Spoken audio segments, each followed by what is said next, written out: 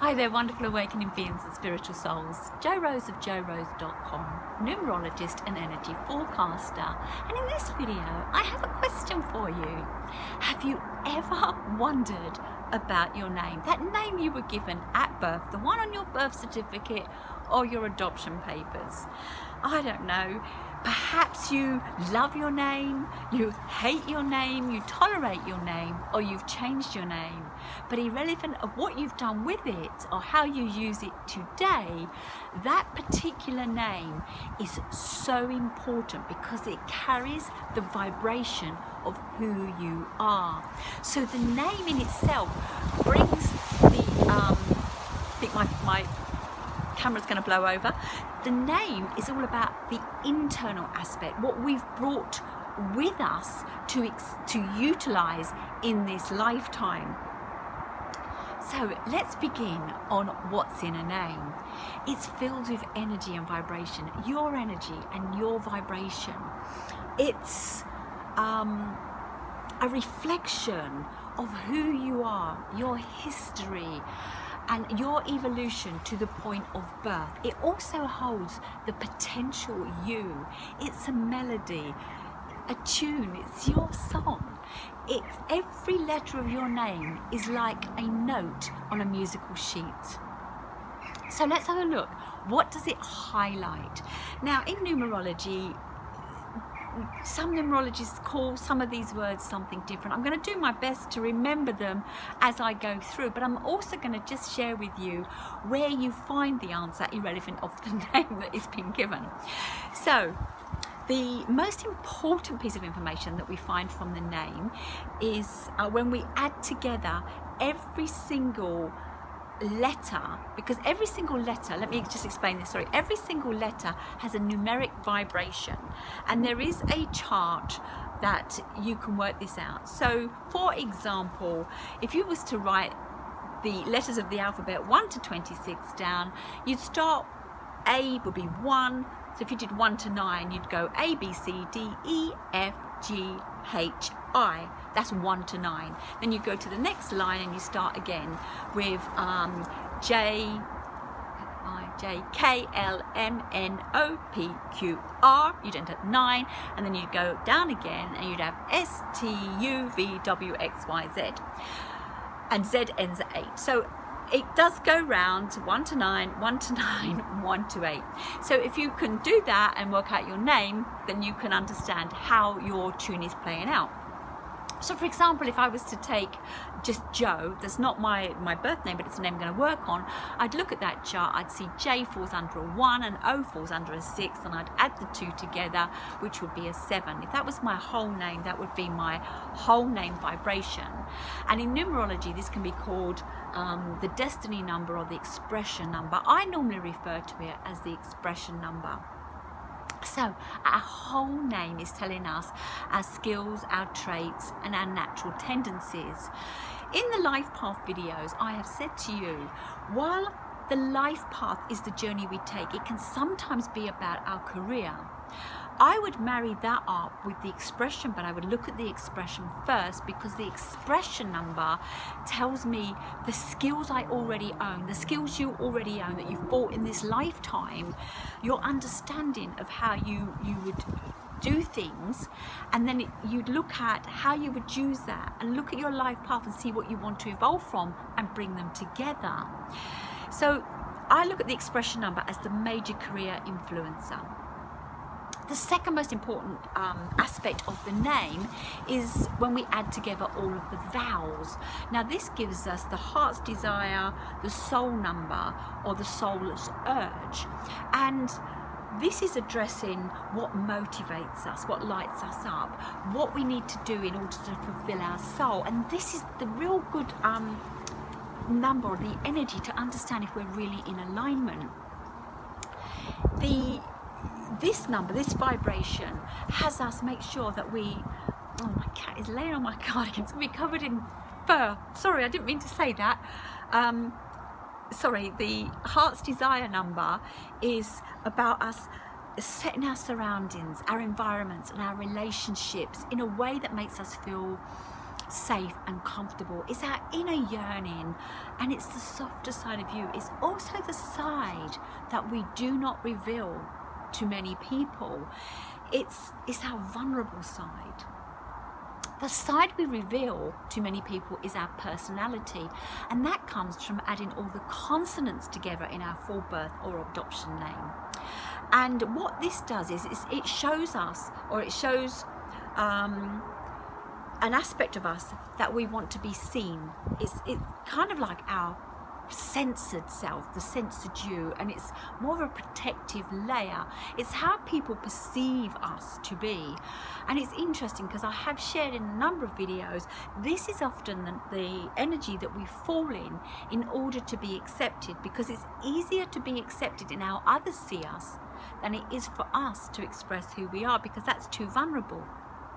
So we often fall into the personality number.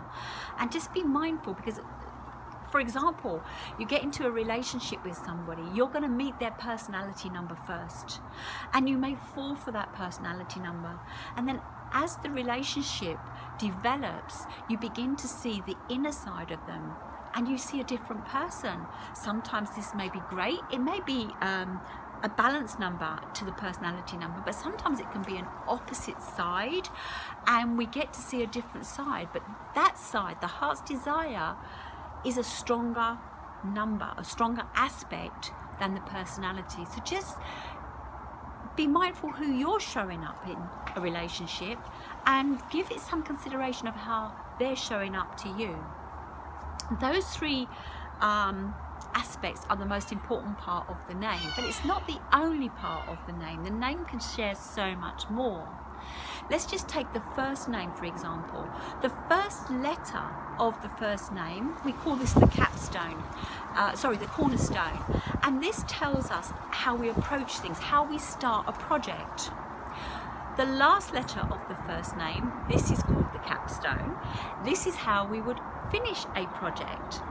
And the first vowel of the first name is a glimpse into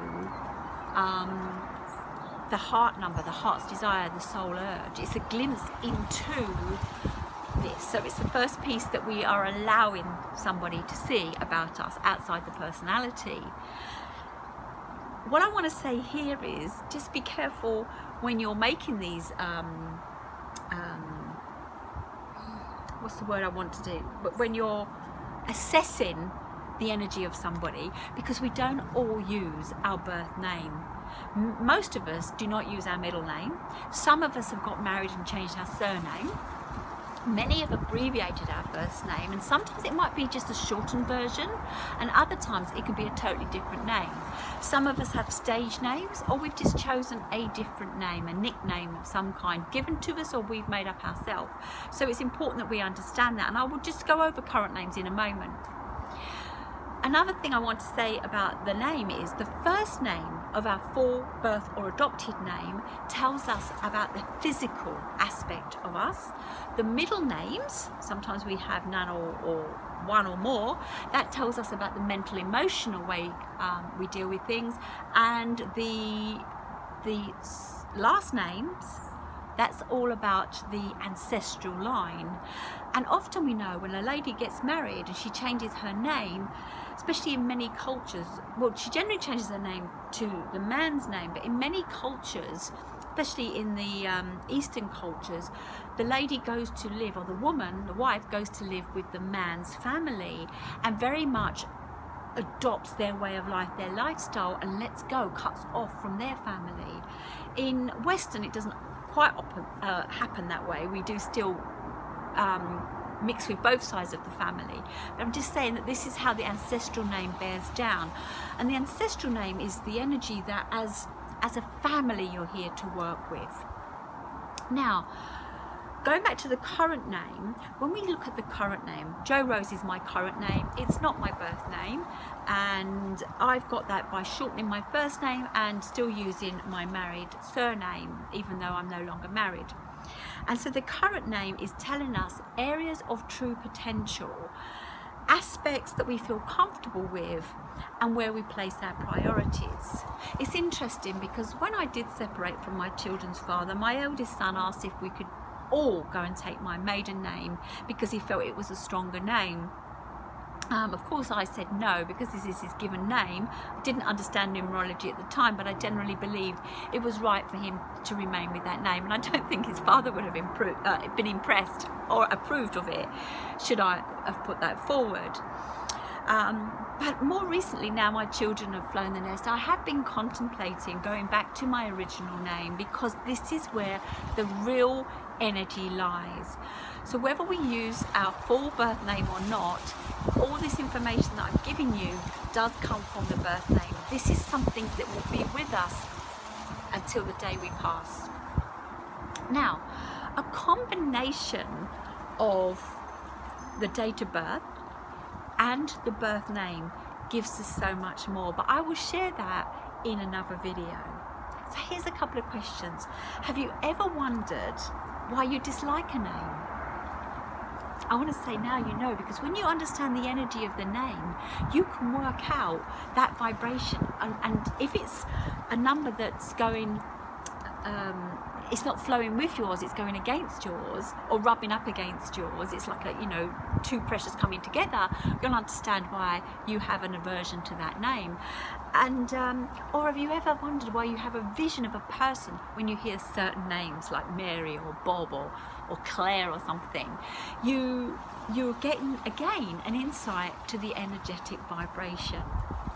If you'd like to know more about your own name, your own numerology, then do get in touch. I do readings, consultations and mentorships, and right now I am doing I don't actually want to share that, maybe I should make another video, but every October, for October, November, I do a special on taking a mentorship program out with me. So do get in touch with me and find out more about that, because this is the ideal time for you to create your New Year's resolutions, get your next year in place.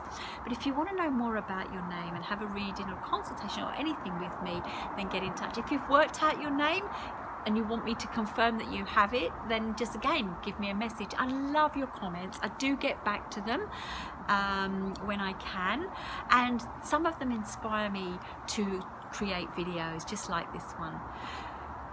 If you've liked this video, give me a thumbs up, do subscribe, push that bell for notifications as I start to share more videos. I'd love you to share this with other people, because when we understand this blueprint of our life, this is our guidebook. This is the best-selling novel that you need to read. Your numerology holds everything about you. The energy that you're going to experience coming forward, how you're going to deal with it, and how you evolve. And how you evolve, that is the combination of the name and the date of birth. If you want to know more about that, stay tuned and I will share that in a future video. As always, remember, it's your life, LYFE. Love yourself first every day. When you do this, people will know who they're meeting. If you do this and you truly are in alignment and understand this, you will be stronger and more energized and more focused in what it is you're doing. And I guarantee that when you can align your name and your date of birth, you will be able to find hobbies, careers, vocations that really light you up and make you feel like that this is the best life ever. Numerology is 11,000 years old and it's coming back to light now. Why don't you be at the forefront and introduce it, not just to yourself, but your family and friends? Thank you for watching, and I'll see you in my next video.